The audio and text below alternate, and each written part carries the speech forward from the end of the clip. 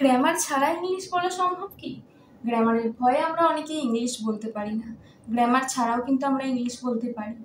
আমরা সবসময় ভাবি যে ইংলিশ বলতে হবে মানে বড় বড় সেন্টেন্স তৈরি করতে হবে, কিন্তু বড় বড় সেন্টেন্স ছাড়াও ইংলিশ বলা যায় কিভাবে? To know that you have to watch this video till end. Hello everyone, this is Barnali here and you are watching me in Barnali Classroom. তো দেখো, তোমরা যারা ইংলিশ বলা শুরু করছো তাদেরকে আমি জাস্ট একটা কথাই বলবো, যখন আমরা কোনো কাজ করি তখন আমাদের কি করতে হয় বলো তো? সেই কাজটাকে ছোট থেকে শুরু করতে হয়, ধাপে ধাপে শিখতে হয়। তো ইংলিশে যখন আমরা বলবো ধাপে ধাপে বলবো, so step by step we have to learn. সেই কারণে আমরা প্রথমে ছোট ছোট সেন্টেন্সগুলোকে শিখবো। অর্থাৎ আমার কথা শুনে তোমরা বুঝেই গেছো, in today's class we are going to learn short phrases. তো ডেলি ইউজ শর্ট ফ্রেজ, যেগুলো আমরা সব থেকে বেশি ইউজ করি এবং যেগুলোর জন্য কি গ্রামার হবে, কখন ইন বসবে কখন অন বসবে এত কিছু চিন্তা করার দরকার নেই। তো চলো শুরু করা যাক। So let's get started. So our first sentence is খাবার দাও। খাবার দাও। খাবার দাও মানে এখানে যে কারোর কাছ থেকে খাবার চাওয়া হচ্ছে এটা কিন্তু নয়। দেখবে আমরা যখন মাকে বলি যে খাবার সার্ভ করো, মানে খাবার যখন টেবিলে দিতে বলি তখন কিন্তু এটাই বলি খাবার দাও। তো এক্ষেত্রে কিন্তু দাও ইংলিশ গিভ হবে না, এক্ষেত্রে কিন্তু দাও মানে মাকে সার্ভ করতে বলছি। সো খাবার দাও। খাবার দাও, সার্ভ দ্য ফুড।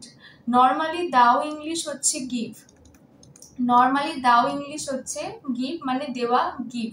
বাট এখানে কিন্তু দিতে বলছি মানে সার্ভ করে দিতে বলছি। So serve the food. Food মানে হচ্ছে খাবার, ফুড মানে হচ্ছে খাবার, অ্যান্ড দাও হচ্ছে serve. So serve the food মানে হচ্ছে খাবার দাও। তো চলো নেক্সট সেন্টেন্সটা দেখে নেওয়া যাক। নেক্সট সেন্টেন্সটা হচ্ছে বিছানা ঠিক করো। বিছানা ঠিক করো। বিছানা ঠিক করো এটাও কিন্তু ডেলি ইউজ একটা ভীষণই কমন ওয়ার্ড। মানে সেটা সকালেই হোক আর রাতেই হোক। রাতে যখন শুতে যাবো তখনও বলি যে বিছানাটা ঠিক করে দাও, ঘুম থেকে উঠে যখন বিছানাটা এলোমেলো থাকে তখনও বলি যে বিছানা ঠিক করে দাও।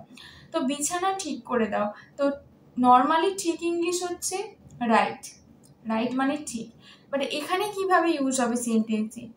তো বিছানা ঠিক করো, মেক দ্য বেড। মেক মানে হচ্ছে এক্ষেত্রে ঠিক করা, মেক মানে হচ্ছে ঠিক করা। সো বিছানা ঠিক করো, মেক দ্য বেড। বিছানা ঠিক করো, make the bed. Make the bed মানে হচ্ছে বিছানা ঠিক করো। সো এক্ষেত্রে মেক মানে হচ্ছে ঠিক করা। সো মেক দ্য বেড মানে বিছানা করে দাও বা বিছানা ঠিক করো, দুটো একই ইংলিশ হবে, মেক দ্য বেড। নেক্সট হচ্ছে আমার সাথে এসো। আমার সাথে এসো, আসা ইংলিশ হচ্ছে কাম, আর আমার সাথে উইথ মি। উইথ মানে হচ্ছে সাথে, উইথ মানে হচ্ছে সাথে। সো আমার সাথে এসো, come with me. Come with me মানে হচ্ছে আমার সাথে এসো। এখানে কিন্তু দেখো নর্মালি কি সাবজেক্ট, এখানে কিন্তু সাবজেক্টটা উচ্চ রয়েছে। আমার সাথে এসো মানে হচ্ছে তুমি আমার সাথে এসো। সো তুমি আমার সাথে এসো, সেক্ষেত্রে হবে ইউ কাম উইথ মি, কিন্তু এখানে ইউটা উচ্চ রয়েছে, সাবজেক্টটা উচ্চ রয়েছে। So you come with me বা come with me. Come with me মানে হচ্ছে আমার সাথে এসো। তো দেখো এটা ইজিলি একদমই তিনখানা ওয়ার্ড রয়েছে এখানে, তার মধ্যে একটা প্রেপোজিশন রয়েছে। সো একদমই ইজিলি বলতে কাম উইথ মি, আমার সঙ্গে এসো। নেক্সট, চালাক হয়ে না। চালাক হয়ে না, চালাক ইংলিশ হচ্ছে স্মার্ট। চালাক ইংলিশ হচ্ছে স্মার্ট। এছাড়াও আরও রয়েছে ক্লেভার, ইন্টেলিজেন্ট।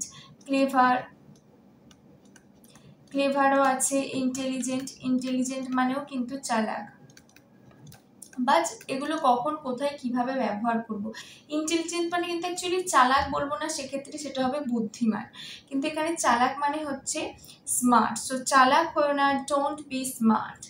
এটা দেখবে এইটা আমরা ইংলিশেও অনেক সময় বলেই থাকি যে বেশি চালাকি করো না। সো ডোন্ট বি স্মার্ট, চালাক হয়েও না বা বেশি চালাকি করো না, এটাকে ইংলিশে আমরা বলবো ডোন্ট বি স্মার্ট বা don't be so smart. So don't be so smart বা ডোন্ট বি স্মার্ট এটার মানে হচ্ছে চালাকি করো না বা চালাক হয়েও না। ডোন্ট বি মানে হয়েও না, যখনই কোনো কিছুর জন্য আমরা বলবো ডোন্ট বি, ডোন্ট বি মানেই হচ্ছে হয়েও না, মানে ডোন্ট বি ফুল মানে বোকা হয়েও না। সো ডোন্ট বি মানেই হচ্ছে হয়েও না। নেক্সট, চোখ মেরো না। চোখ মেরো না, উইঙ্ক। চোখ মেরো না এটাকে আমরা ইংলিশে বলবো উইঙ্ক। উইঙ্ক মানে হচ্ছে অ্যাকচুয়ালি পলক।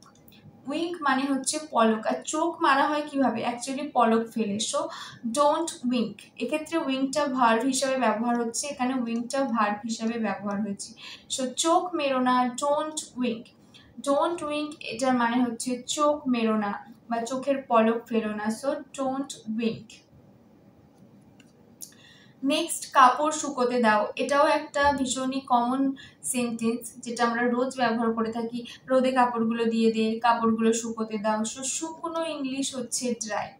শুকনো ইংলিশ ড্রাই, আমরা কিন্তু শুকনো ইংলিশ ড্রাই জানি, বাট কিভাবে সেটাকে সেন্টেন্সে ব্যবহার করব কাপড় শুকোতে দেওয়া, এটা কিন্তু আমরা অনেকেই জানি না।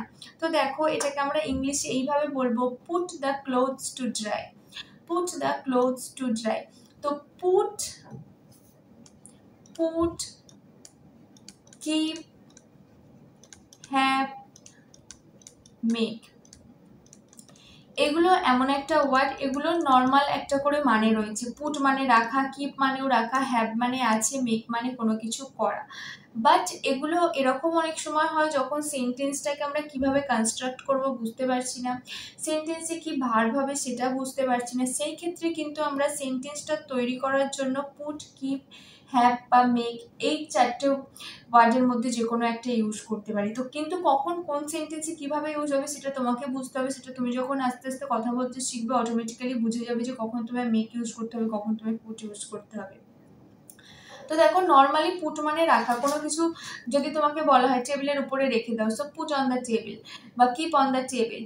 বাট এখানে কিন্তু শুকোতে দেওয়া ইংলিশও কিন্তু সেই ক্ষেত্রে পুট ওয়ার্ডটা ব্যবহার করতে পারি। সো কাপড় শুকোতে দাও, put the clothes to dry.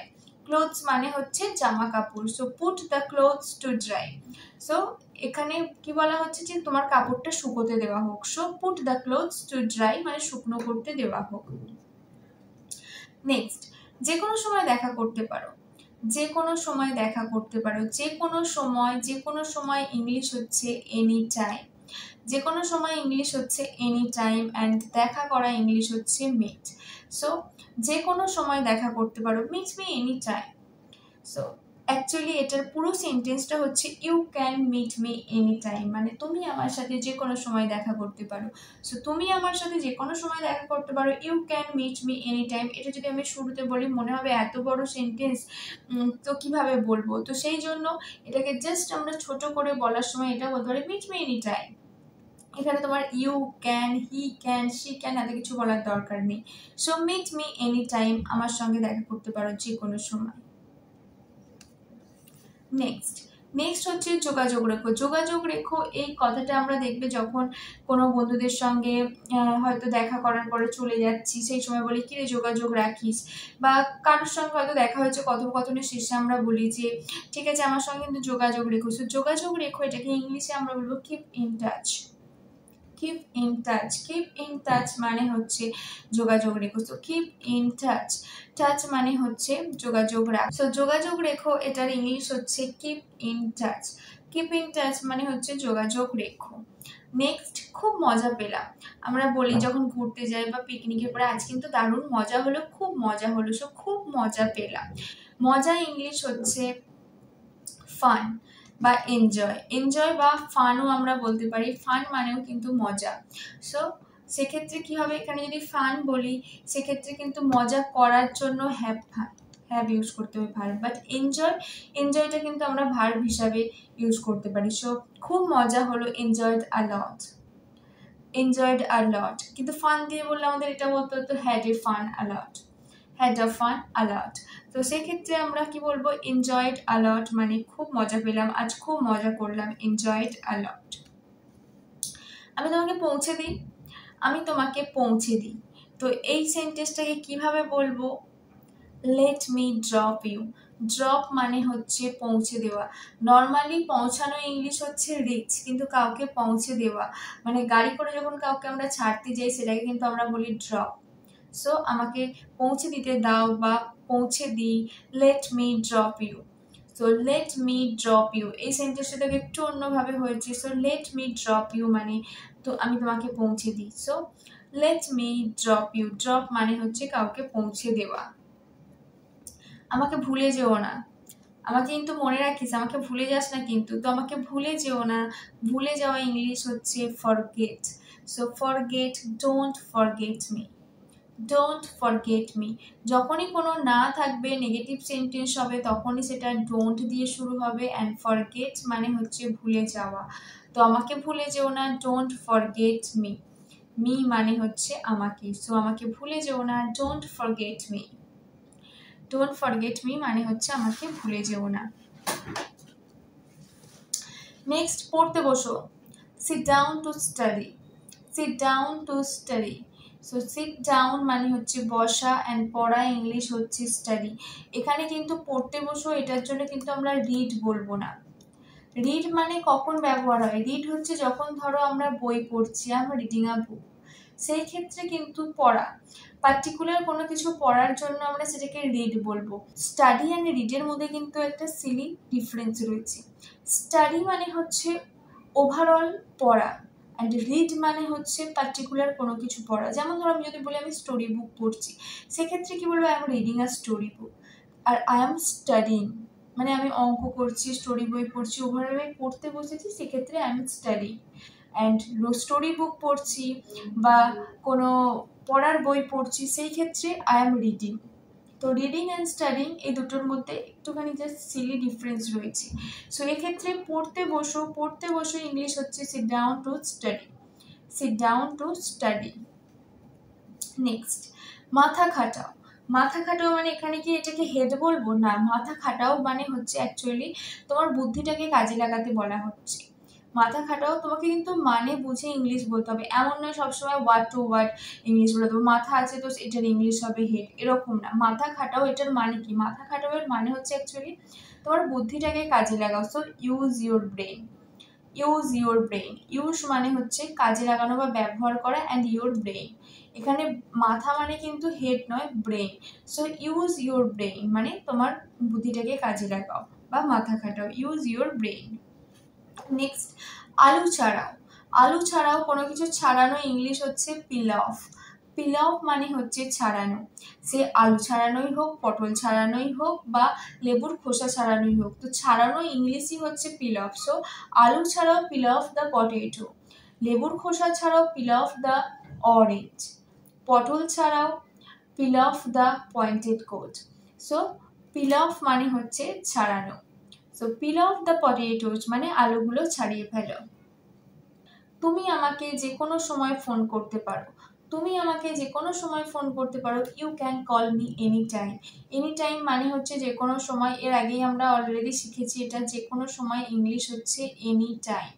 So তুমি আমাকে যে কোনো সময় কল করতে পারো। You can call me at any time. So you can call me any time মানে তুমি আমাকে যে কোনো সময় ফোন করতে পারো। নেক্সট, কলটা চালু করো। চালু করা ইংলিশ হচ্ছে টার্ন অন। চালু করা ইংলিশ হচ্ছে টার্ন অন। তো চালু করা ইংলিশ যদি টার্ন অন হয়, তাহলে বন্ধ করা ইংলিশ কি হবে? চালু করা ইংলিশ যদি টার্ন অন হয়ে থাকে, তাহলে বন্ধ করা ইংলিশটা কি হবে? আশা করি এটা তোমাদের সবাইকে জানা উচিত, বা তোমরা যারা আমার আগের ক্লাস ফলো করেছো তারা অবশ্যই জানবে। আমি এই সেন্টেন্সটা আগেও বলেছি। তো টার্ন অন এর অপোজিট কি হবে? So turn on the tap মানে হচ্ছে ট্যাপটা চালু করো। সো কলটা বন্ধ করো, এটার ইংলিশ কি হবে? এটা তোমাদের টাস্ক রইলো। Just let me know in my comment section. এটা ভীষণই ইজি, এটা তোমরা অবশ্যই করো। যদি না পারো তাহলে অবশ্যই আমি তোমাদেরকে জানিয়ে দেবো। সো কলটা বন্ধ করো। নেক্সট, কাজ করো। কাজ করো, do the work. Do the work. Do the work মানে হচ্ছে কাজ করো। এক্ষেত্রে ওয়ার্ক কিন্তু নাউন। নর্মালি ওয়ার্ক কিন্তু আমরা ভার্ব হিসাবে ব্যবহার করে থাকি, বাট কিছু কিছু ক্ষেত্রে ওয়ার্ক কিন্তু নাউন হিসাবে ব্যবহার হয়। তো এক্ষেত্রে ওয়ার্ক হচ্ছে noun. So do the work, কাজ করো। এখানে ডু হচ্ছে ভার্ব। সো কাজ করো, do the work. So that's enough for today. আমরা আজকে জাস্ট ছোটো ছোটো সেন্টেন্সগুলো শিখলাম। এরকম আরও অনেক ছোটো ছোটো সেন্টেন্স আমরা রোজ বলে থাকি। তো সেই সেন্টেন্সগুলো কি, সেগুলোকে তোমরা ইংলিশে বলা প্র্যাকটিস করো, অ্যান্ড চাইলে আমাকেও জানাতে পারো আমার কমেন্ট সেকশানে। তো তোমাদের আজকের ভিডিওটা কেমন লাগলো, just let me know in my comment section. If you like this video, then press the like button to get more videos. Follow me and do subscribe my channel.